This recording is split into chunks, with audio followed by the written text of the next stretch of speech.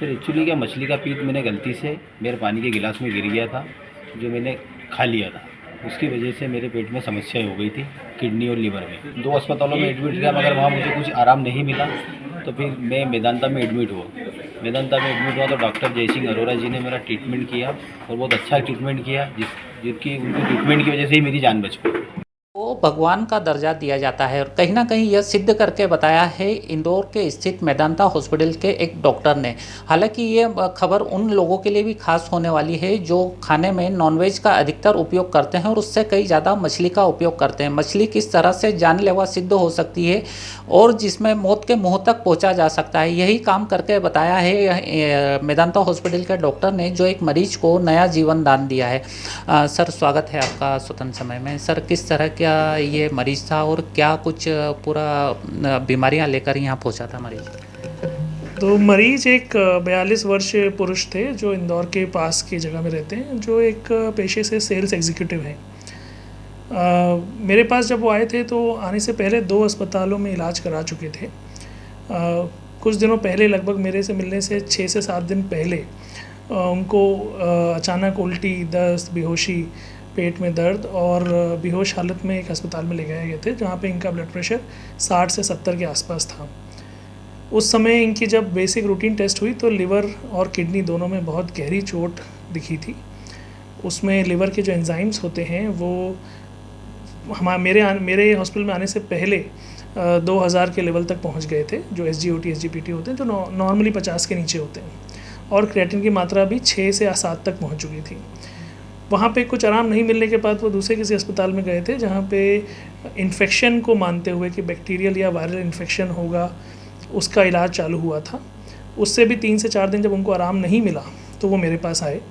उनकी रिपोर्ट्स में क्योंकि कुछ अटपटापन था, तो मैंने उनसे जब डिटेल हिस्ट्री लेना शुरू करी तो ये पाया कि ये सब चीज़ होने के एक दिन पहले उन्होंने मछली का सेवन किया था और गलती से मछली की पित्त की थैली का सेवन कर लिया था। मध्य भारत में आमतौर पे ऐसे केसेस नहीं देखने को मिलते हैं, इसलिए इसकी जागरूकता भी बहुत कम है। पर सदर्न इंडिया, दक्षिण क्षेत्र जो है हमारे देश का, उसमें या फिर समुद्र तट के जो राज्य हैं उनमें ऐसे कई मरीज़ हमने देखे हैं जहाँ पे मछली का सेवन औसत ज़्यादा होता है। मछली के सेवन में मछली की जो पित्त की थैली होती है उसमें एक केमिकल होता है जिसको हम साइप्रेनॉल बोलते हैं, जो एक बहुत ही घातक केमिकल होता है।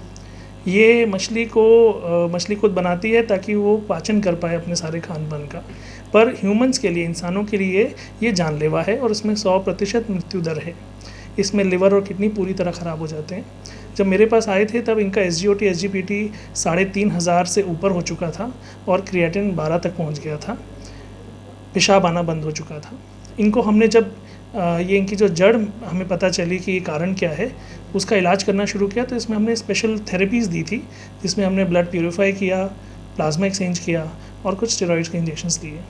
उससे इनकी सूजन में कंट्रोल पाया गया और टॉक्सिन्स पूरा शरीर से निकाल दिया गया। किस स्थिति में यहाँ पहुँचे थे ये, और जो अब नॉनवेज का ज़्यादा उपयोग करते हैं, खासकर मछली खाते हैं, उनको किस तरह का संदेश देना चाहिए?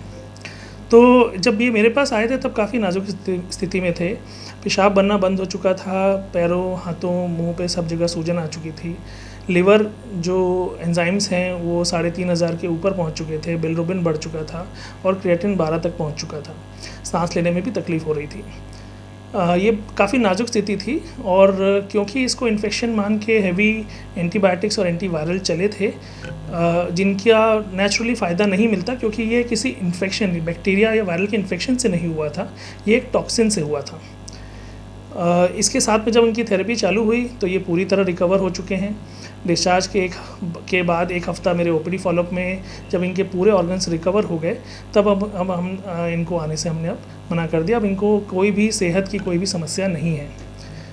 इससे 2 चीज़ जो चैलेंजिंग थी वो एक ये थी कि आमतौर पे ऐसी जो हिस्ट्री होती है वो हम एक नज़रअंदाज कर देते हैं कि मछली खाने से क्या हुआ होगा। ये जानना ज़रूरी है कि कोई भी नॉनवेज पदार्थ हो, कोई भी जानवर, जीव जंतु हो, उनके अंदरूनी अंग का सेवन हमें नहीं करना चाहिए। ऊपर की जो मांसपेशियां होती हैं उनका सेवन भी नियमित तौर पे करना चाहिए, कम से कम करना चाहिए। और साथ साथ में उसमें जो अंदरूनी अंग हैं उनका सेवन बिल्कुल नहीं करना चाहिए। उनमें बहुत सारे ऐसे पदार्थ होते हैं जो हमारे लिए घातक होते हैं।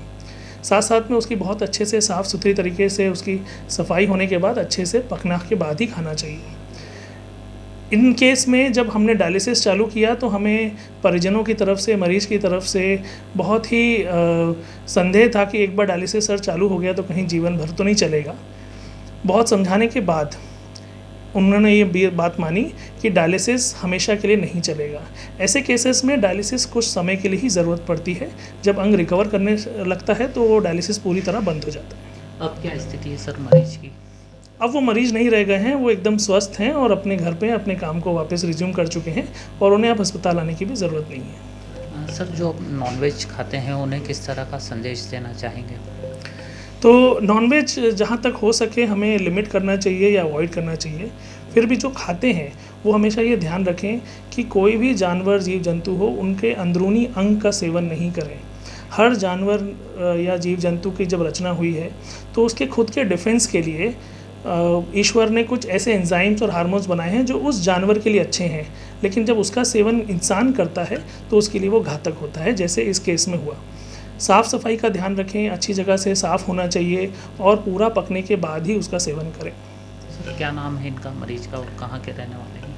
ये दुर्गा प्रसाद जी हैं। ये इंदौर के पास में 42 वर्षीय पुरुष हैं जो एक सेल्स एग्जीक्यूटिव का काम करते हैं। निश्चित रूप से कहा जाए जिस तरह से नॉनवेज कहीं ना कहीं आम आदमी के जीवन में जहर घोल रहा है, तो जिस तरह से डॉक्टर ने बताया कि नॉनवेज का उपयोग खाने में कर सकते हैं, लेकिन एक कम मात्रा में इसका उपयोग करें तो स्वास्थ्य के लिए भी अच्छा रहता है, लेकिन जो अंदरूनी तत्व रहते हैं वो कहीं ना कहीं आम आदमी के शरीर को डैमेज कर सकते हैं, जिस तरह से इस केस में हुआ था। कैमरा पर्सन भरत नरवरे के साथ सचिन शर्मा, स्वतंत्र समय, इंदौर।